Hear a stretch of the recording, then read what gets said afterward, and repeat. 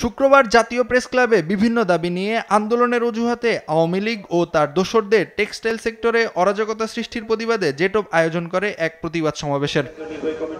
এতে বিএনপি চেয়ারপারসনের উপদেষ্টা জয়নুল আবেদিন ফারুক বলেন, স্বৈরাচারের দোসরদের রুখে দিতে বিএনপি যখন সোচ্চার, তখন বিএনপির বিরুদ্ধে ষড়যন্ত্রে নেমেছে স্বাধীনতার বিপক্ষে থাকা একটি রাজনৈতিক দল। বাংলাদেশের প্রতিটা ক্ষেত্রে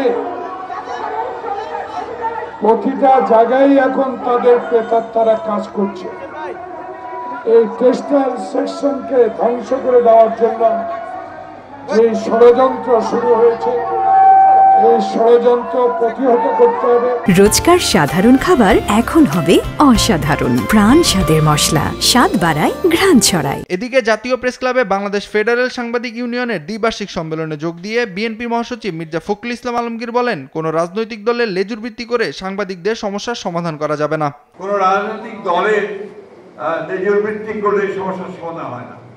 আপনারা যদি কেউ বিরোধী দল বলেন বা সরকার দল বলেন, তাহলে সেটা কোন দিয়ে হয় না। গত 15 বছরে ফ্যাসিবাদ অর্থাৎ শেখ হাসিনা অত্যন্ত পরিকল্পিত হবে আপনার গণমাধ্যমের এই জায়গাটাকে একদম ধ্বংস করে দিয়েছে। তিনি আরো বলেন, সামাজিক মাধ্যমে দেশীয় ও আন্তর্জাতিকভাবে সংকট তৈরি করে গণতান্ত্রিক যাত্রাকে বাধাগ্রস্ত করার চেষ্টা করা হচ্ছে।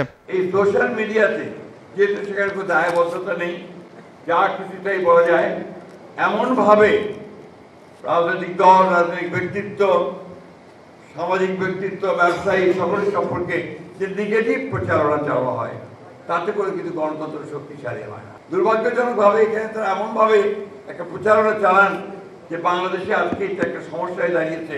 এ সময় খালেদা জিয়ার সুস্থতা কামনায় দেশবাসীর কাছে দোয়াও চান মির্জা ফখরুল।